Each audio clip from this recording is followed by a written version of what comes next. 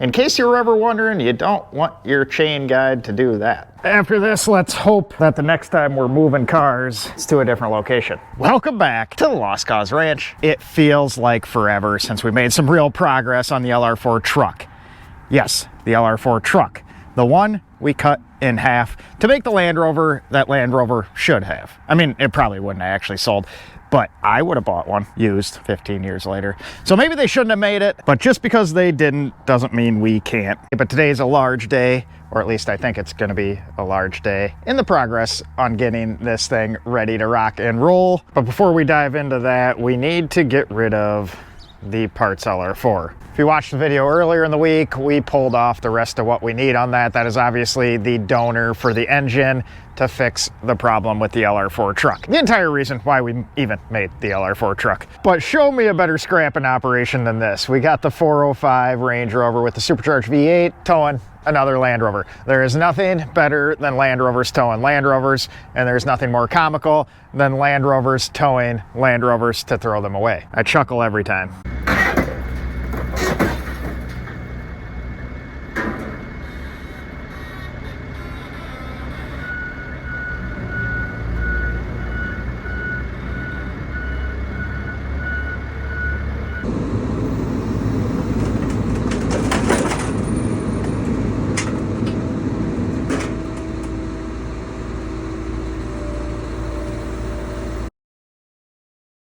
Went ahead and got the underneath all sorted out for the cab. Got everything all cleaned up and undercoated. So that is all sorted out, and that guy is now ready to set down on the chassis if we want to. And I think being we have that ready to go, that's what we'll do. I was planning on building a cart to move that thing off the hoist so we could use the hoist. But why waste the time doing that when we are just close enough to where we can just set the cab back down onto the chassis. The only thing in the way is this guy. So what we're gonna do is sort out getting this 5-liter all sorted out. It's gonna get timing chains put on it. We have all the cooling stuff. We have some gaskets. So that'll be today's main project. And I think this is probably the correct order to do this in, because sorting out the modules and finishing off the supports for the roll bar will be much easier without the hoist in the way. 2-post hoist makes opening the doors all the way not quite possible. So I guess stick around for what is going to be the easiest 5-liter timing chain job we've ever done. Last time you guys saw this engine, we took the valve covers off just to get a look on the inside, and it is tremendously clean in there, especially for 160,000 miles. Couldn't be happier with how that all looks. Unfortunately, it's not really clean on the outside. This thing is a greasy mess, and we can see why that alternator failed. They don't like being doused in oil, but we're stripping all the accessories off because we're gonna use the original ones off the silver LR4. We know those are good. The alternator's new. The AC compressor worked.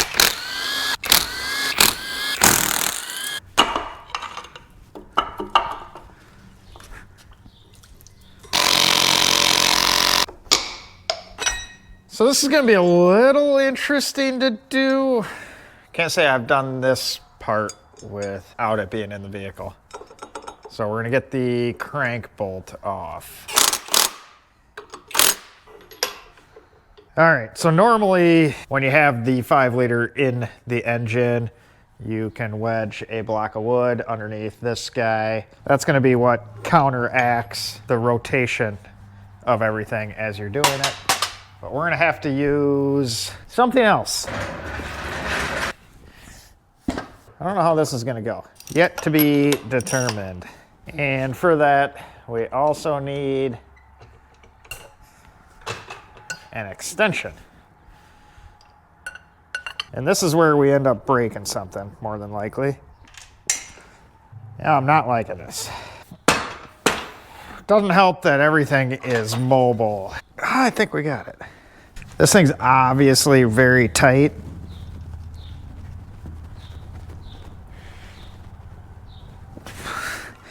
And most of them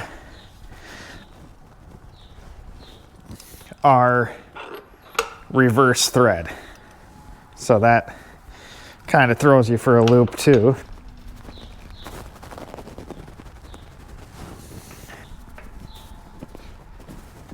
Now we're talking.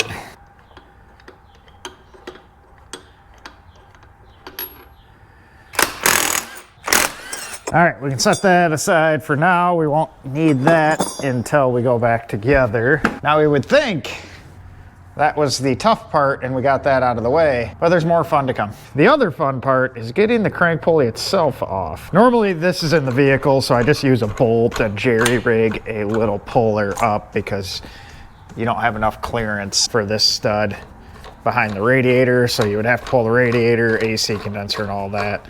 But being we're out, we'll use the actual tool. We'll throw our little bearing on, get this guy. Then we just reverse it out. And what we got going on here is this threaded rod is threaded into the snub of the crank, and then we just turn it. That backs this little section off on this threaded part, which is then pulling that crank pulley off the end of the crank. I mean, I guess I should rephrase that. It's not a bad job if you have the correct puller like this. It's just a little bit of setup. Suppose I can get this block out of here too. That's no sense in having that in my way. Even though I enjoy making things difficult, I don't need to do it for sport. Goes a lot quicker when you can spin it all the way around. How about we do that and then it can't fall off? Geez, I'm getting smarter by the minute. And we're free.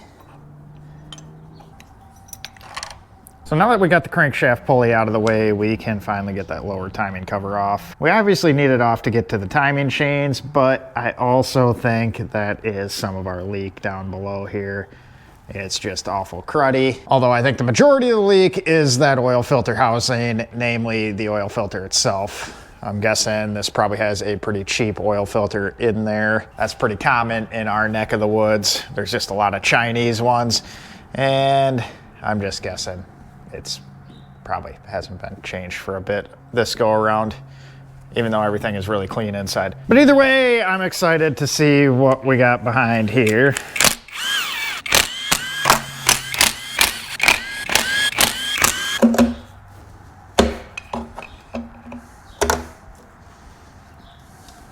And like I suspected last time, we are on the original chains. That's exciting to see. This kind of proves that it's not as dire as everyone makes it out to be.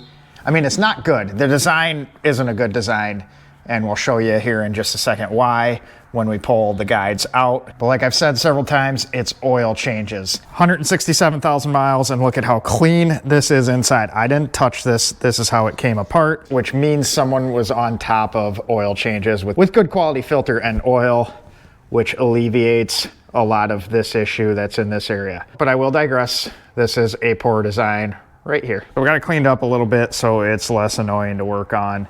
There's nothing worse than just getting greasy hands for no reason. But now we are ready to start locking everything down. We have the engine at top down center, and right here is our crank lock tool. And that just goes where the crank position sensor goes. And if you have it in the right position, it slots right in. Then on the back side of the camshafts, you can see that horizontal slot. And we have another lock for those. And that guy slides in there. And when it's in time perfectly, they slot right in. When you have one with worn out timing chains, everything's not aligned. This one obviously did not have an issue. Everything is perfectly timed. So these slot right in. You can see it just slips right in, and then we just kind of tighten them up to hold everything. Love when they go that easy. So now everything is locked. The crankshaft can't move. The camshafts can't move. They're held exactly where they need to be. And we can just kind of rip stuff apart at this point. There's not anything that's gonna get hurt when we lose the tension. Ooh, we did have a guide failure though. That's no good. So I guess we may have been closer than we thought.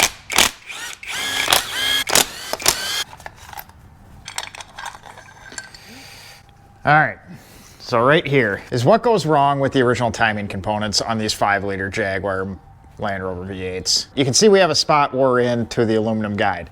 That is from the piston on the tensioner. Obviously, the steel piston is much harder than the aluminum tensioner, and that over time wears itself into there, and then you eventually run out of piston stroke, or you damage this enough to where it starts breaking and your chains go loose. Another one you can see, I don't see this as often, the plastic guide has little prongs that hold it on to the aluminum, little tabs, and those are obviously no longer in contention, so that could have been bad. If this goes away, makes a bunch of racket. But the chain itself on this one, I don't think is the issue, although we're not going to reuse it.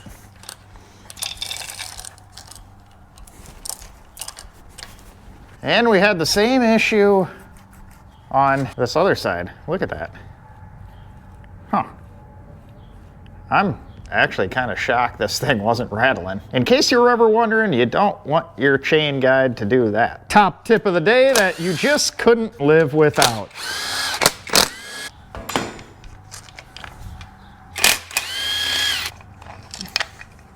See, it's supposed to have a bunch of those that snap it into place.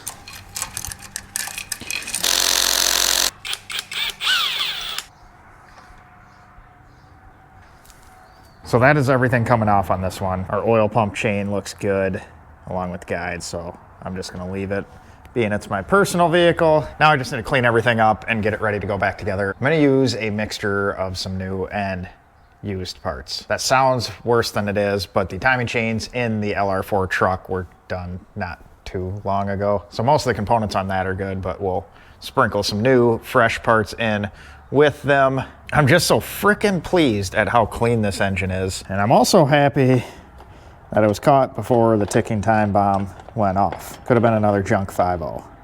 So let me sort that out and we will be back momentarily. But I really think this was the right move for the LR4 truck versus trying to cob job the other 5.0 back together after we severely overheated it 2 times, because once wasn't enough for me to learn. But man, is it so much easier to do the dreaded timing chain job with it sitting on the stand. So everything is off, including the cam actuators. We can start throwing everything back on. Now a lot of this timing stuff I'm going to switch over from the engine that is in the silver one. So this stuff is actually not that old. We just did it not too long ago, and especially the cam actuators, because I just had those apart and all cleaned up. So I'm going to use the ones that we did that to. And we know that these were working. We had no timing issues, and there isn't a ton of miles on it since we did that. Now we can't hammer these all the way on yet, especially on the driver's side. But I want to get everything sitting in the right spot before we start reassembling everything. This exhaust has to come off for us to clear the chain around it. Now on the passenger side, we can put the gears on and they can stay, although we can't torque them down until everything's in place because we got to pre-tension everything.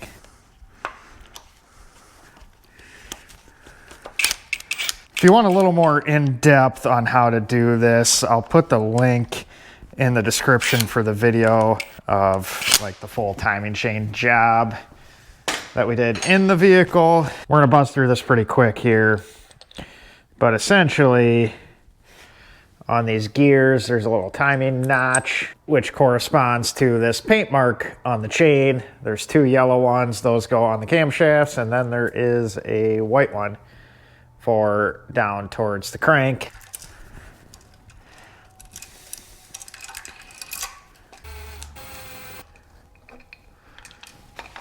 We'll slip our guide in.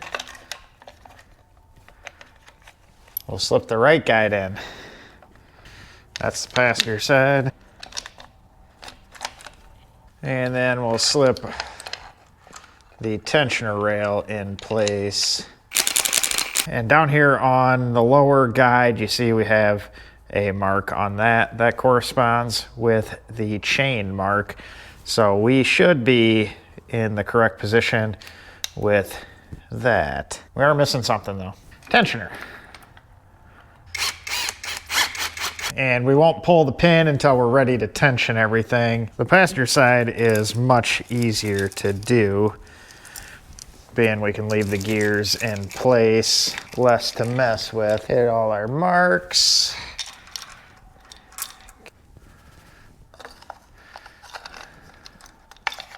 So since I have a guide in my hand, I may as well show you what the update is. If you look there, it has a steel button inset where the tensioner pushes or presses against it. So steel, much harder than aluminum. So that does not wear at the same rate that the aluminum did. You saw earlier that the tensioner plunger wore right into the aluminum. It's not gonna happen with this. So that is the big update on the 5-liter timing chains. And if you have these, you're much less prone to failure than the early ones. The early ones came in the 10, 11, 12s, 13 supposedly. They're supposed to have these, but you still want to keep up on your oil changes and everything to limit any potential issues. Need to go grab the torque specs for everything so we can get it all properly torqued down. So we're ready to pull the pins on the tensioners and actually tighten everything down. So we'll go ahead and do that. It's gonna kind of click. And this part of the job is typically easier with 2 people, but I am currently 1 person. What we're doing here is pre-loading the cam gears. So these cam gears are your variable timing. They're oil pressure fed. They have springs inside. So we're just keeping everything sitting in the correct spot. We'll get these snugged up and holding, and then we'll come back and torque our cam bolts after we're done. Just kind of cumbersome. We were pretty close by feel, which is nice. Calibrated hand was within a couple Newton meters. So. Now this side is much easier than it is when it's in the vehicle because you kind of run into the frame rail with what I'm doing now. Another +1 for doing this on an engine stand. So everything should be in time now, but to make sure, we're gonna roll it over twice. It takes 2 rotations of the crank to make 1 rotation of the camshafts. To do that, we need to pull all our locks off, including the crankshaft lock. Now when we roll it over, our paint marks on the chain won't line back up with the marks on the gear. It takes like, I don't know, 50, 60 rotations for that to line all back up. So what we'll do is put our locks back in. If we roll it over twice and the locks slip right back in, theoretically, we should be good to go.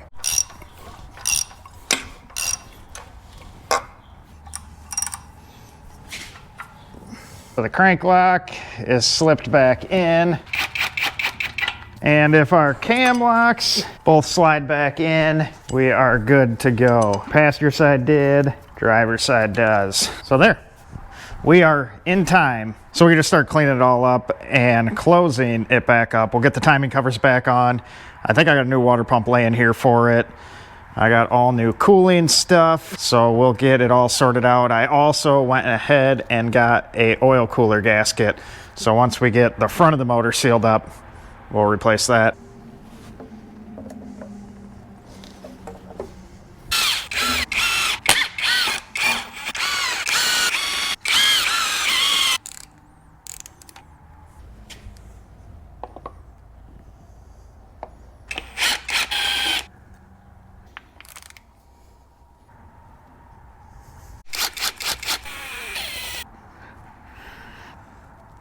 We're getting close to getting closed back up on this guy. We do have one thing to take care of ahead of getting our coolant pipes and intake back on. That's this guy. This is the oil cooler seal, which is right there. This isn't something I do a ton of, but being this engine was just so grody and cruddy, this may have been leaking. It may not have, but it's kind of hard to tell when everything looks like it's leaking. So for the cost of that gasket, it'd be awful silly not to do this.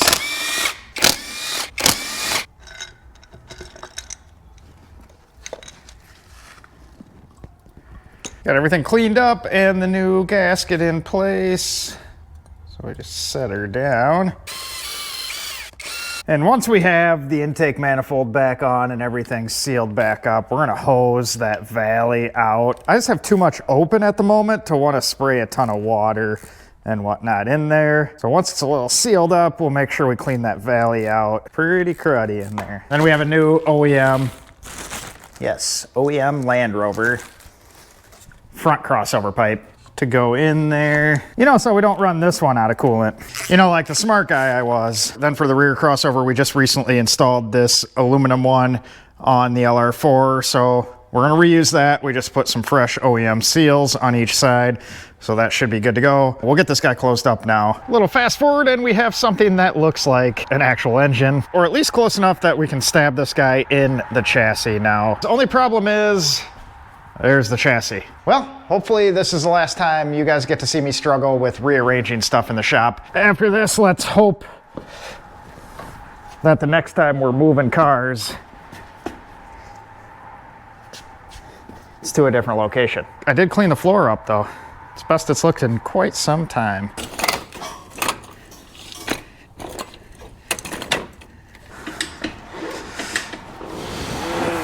I'm hoping I can kind of just sneak this far enough back and out this side of the shop to give us enough room to just sneak the LR4 out. I really don't want to jockey everything around because we would probably have frickin' hours if we get to that point. It is nice that they gave us some handles to make this happen. We kind of buried the chassis in here, so let's unbury it. Sure would be nice to have a little extra room.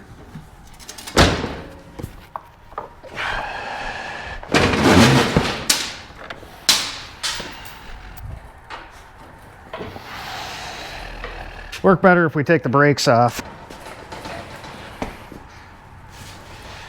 I think we got another like inch we can gain here. That might be enough. You know, we wouldn't want to do anything that didn't turn into a cluster. I mean, this is my own fault because this would be like the perfect size shop if I had half the amount of stuff that I have.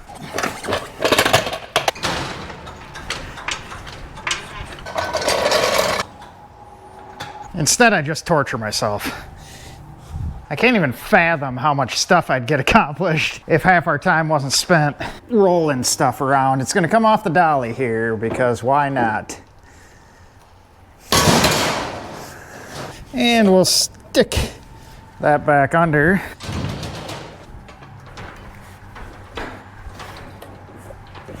And don't forget our custom steering wheel. And hopefully after today, this is the last time we have to do this. At least with the LR4. And it's just gonna steer with its own steering wheel.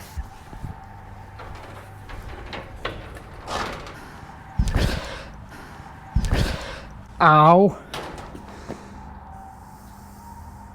That felt great. We're gonna pause after that one. That's probably a concussion. All right, we sat down for a minute. Kinda make sure my head's all right, but we're making progress. Don't worry, we gotta move stuff to move stuff.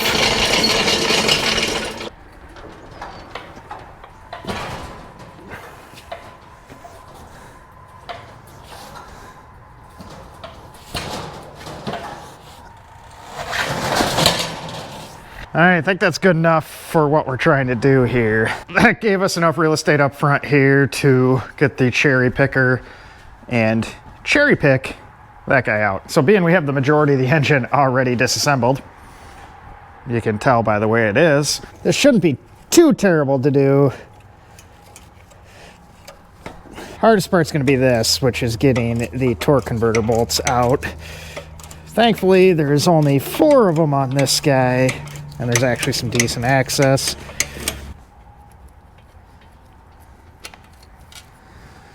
The engine turns over real easy without cylinder head. In case you were wondering, this is the Land Rover approved method of undoing these.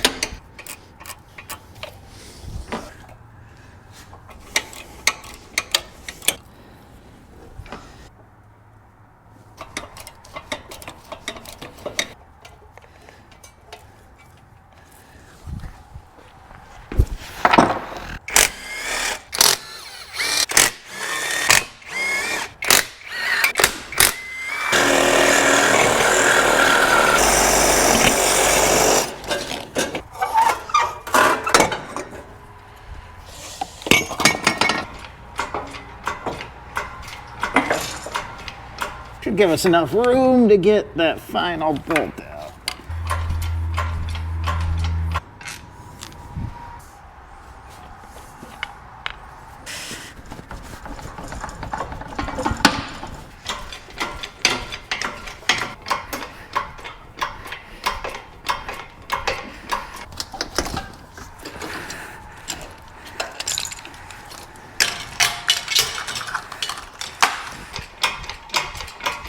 You know, I'm not exactly sure what to do with this thing. We'll tear it down the rest of the way at some point once the truck is back together and kind of see what we got going on. And maybe I'll drop it off at our local machine shop and just see what he can do with it. Because maybe we can build that instead of buying a supercharged 5-liter. Because wouldn't like a safe 700 horsepower be pretty fun? But that's getting ahead of myself. We just need to have the thing working and running and driving on its own.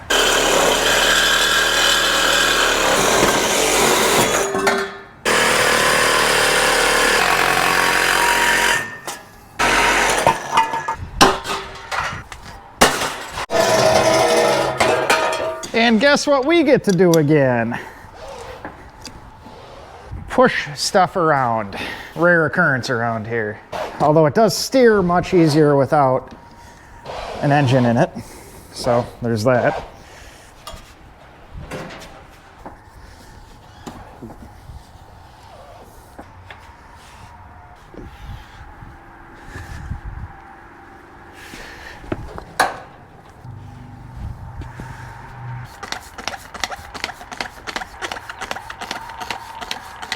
This is definitely a while we're in there type of deal. We're never gonna have the opportunity to clean this quite as much in the future. You know, there's typically a body in the way and an engine sitting there.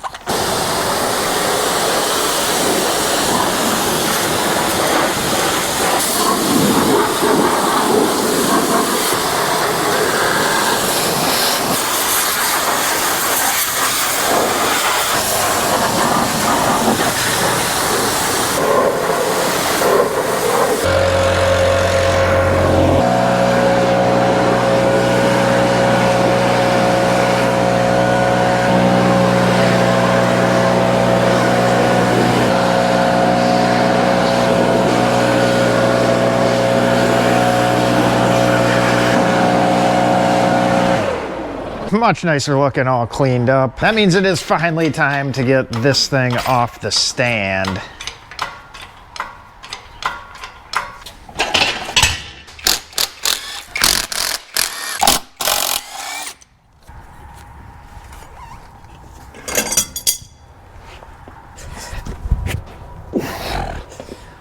That should be adequate to get this swung in. You know what I should do is get our AC compressor installed.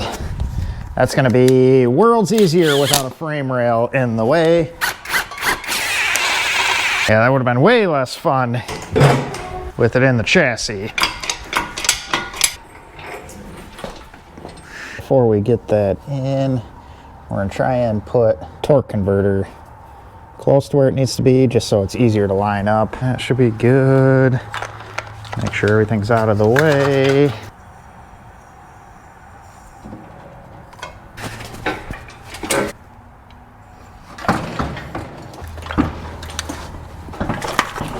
There we go. Now we should be in better shape. I wasn't over the stud on the mount on this side. I don't have it quite lifted level, which isn't the end of the world because we have boatload of room. Need to get the steering shaft on the right side of the engine mount bracket. The other up. Man, struggling right now. It's all right. We need to let this side down slowly. I feel like I'm hitting stuff, but it might just be the chassis because it's aired out, and we might need to stick a jack underneath the transmission when it gets to that point. We're gonna change where we're picking at. We just need to angle the engine back some. That's the ticket. Now we just need to match everything transmission-wise. We're close. So if we let this down now, it should close that up. We'll be able to make this work. Now it's obviously doable with one person, but I do suggest having two, especially if you haven't done this a ton. It's just much easier to do all the adjustments if you got two sets of eyeballs.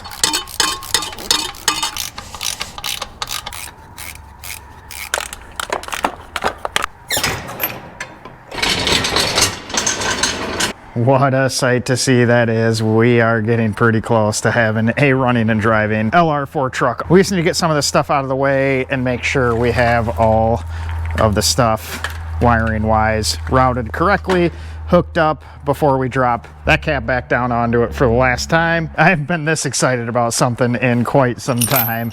And now is the fun part of trying to remember exactly where everything goes about like 3 months later, because we took this apart probably 3 or 4 months ago.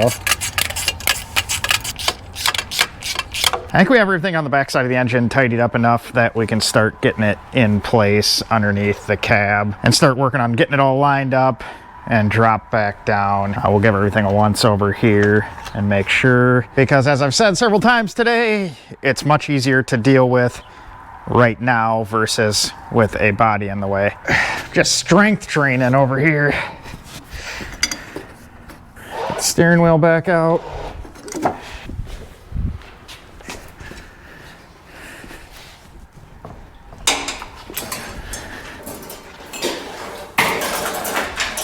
And what I'll probably do is get it up on 4 dollies just so it's much easier to maneuver, because I've line that up perfect, as you can see. So there's just one last thing to do before we drop the body on, and that's our flex plate to torque converter bolts. They go through the flex plate and bolt into the torque converter on these threaded bosses. When we undid it on the engine before, we obviously didn't have exhaust manifolds, so you can get right in there through that hole with your hand and even step back here and look and see. There's a tiny bit more in the way now, so we have the borescope out, and we're just gonna use the camera to, well, try the other way.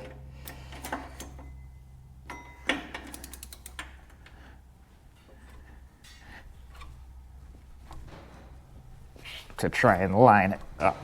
We're just peeking ourselves in the hole here, and it looks like we're probably close enough to do something here. This is only kind of hard on the first hole, because once the two are attached, everything will move together and it'll be easy to line up the next three. So let's do this by hand here and hopefully not drop anything. I really don't want to go fishing. I think we got it started. So we got the camera set up, and now we can just crank around to the next hole. Just a little cumbersome, but not bad. All that's left is our little rubber cap. That goes over the hole in. Now I just need to attempt to line this up some, which is easier said than done. I mean, I think I'm fairly close.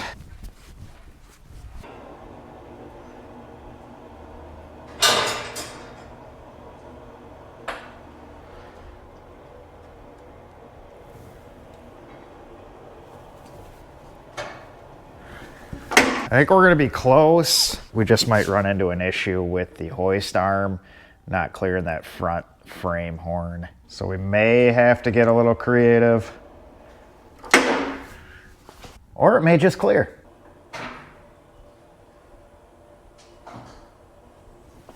We just need to make sure everything's cleared up front here. That's looking like it's dropping in nicely. Our steering shaft should come together.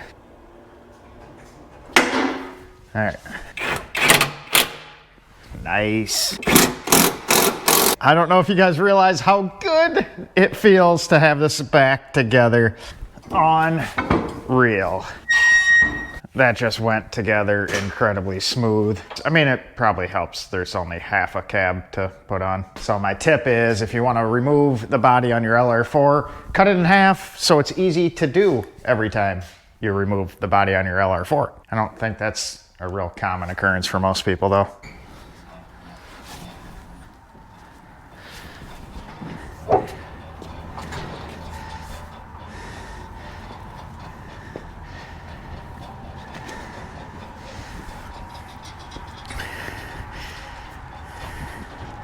Man, it is amazing to see that back outside. I need to finish up putting everything back together so it can drive. It is very close to being able to drive at this point in time. I'm very out of breath from pushing it everywhere, but what a large day. We are incredibly close now. This end of stuff putting together is going to be super quick, super easy. It's almost like riding a bike at this point. So we'll slam that together. And now that we're off the hoist, look at how much room we have to open that door, which means we now have a ton of access to all our wiring and our roll bar. Now we can sort out all the modules, sort out the rest of the supports. And are you guys as excited as me to see this thing aired up? I mean, it's gonna be freaking wild. But that also means I should probably order some tires. I kind of been putting that off because tires cost money. Tires cost more than they should at this point in time, especially when you own 20 vehicles and half of them need tires. You know how many Land Rovers I could buy with what is gonna need to be set aside for tire budget? First world problems though. With that being said, I appreciate you guys watching, appreciate you subscribing, and man, it's just assembly time now. We have pretty much everything fabbed up, started, in progress, so it's just a lot of finish work at this point. The last 10% is always 90% of the time. So we'll keep cracking on that. And the fact that we opened the hoist back up is a bigger deal than getting the cab back on the truck, because as you know, there's a lot of things that need to happen in the next month or so. I suppose I should be done talking. We need to get to work.